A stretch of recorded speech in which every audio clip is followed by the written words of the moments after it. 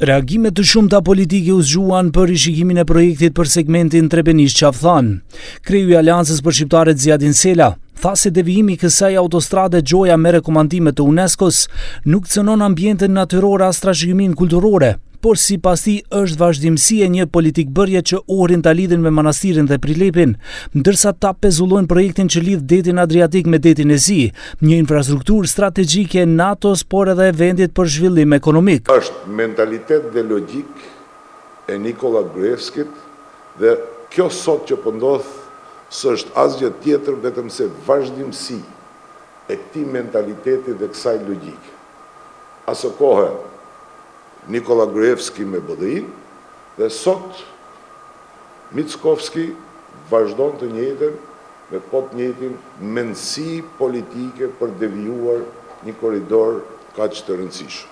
Nga BDI thonë se vendimi i qeverisë për të mos vazhduar projektin e autostradës Struk-Qaftan, duke u fshehur pas kërkesave të UNESCO, sipas tyre janë arsyetime të papranueshme dhe një shmangje e qëllimshme e përgjegjësisë.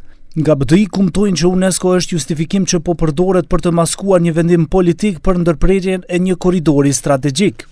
Problemi nuk është teknik, është politik. Vlen është pjesë e qeverisë dhe mban përgjegjësi të drejt për drejt në një projekt që prek drejt për drejt lidhjen me Shqipërinë dhe interesin e shqiptarëve, nuk ka pasur as qëndrim, as kundërshtim, as reagim. Të përdorësh UNESCO-n si mbulesë për ndërprerjen e lidhjeve strategjike është e papranueshme. Të jesh në qeveri dhe ta pranosh këtë pa fjalë është tradhti politike.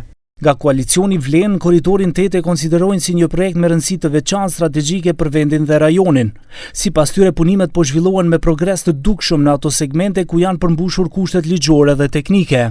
Sa i përket segmentit Trebenish-Qaftan, duke thënë se në fazën fillestare të projektimit nuk është marrë mendim nga UNESCO, pavarësisht ndjeshmërisë së zonës, institucionet po punojnë në koordinim me UNESCO-n për të gjetur zgjedhjen më të përshtatshme, pa rrezikuar standardet ndërkombëtare dhe statusin e vendit.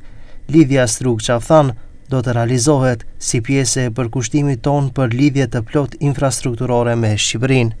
Nga VMRO, DPMN thanë se ndryshimi i projektit në atë segment është si pasojë e mosmarrjes së mendimit nga UNESCO nga pushteti i kaluar i LSDM-s dhe BDI-s, ku sipas tyre thonë se u bën shumë lëshime.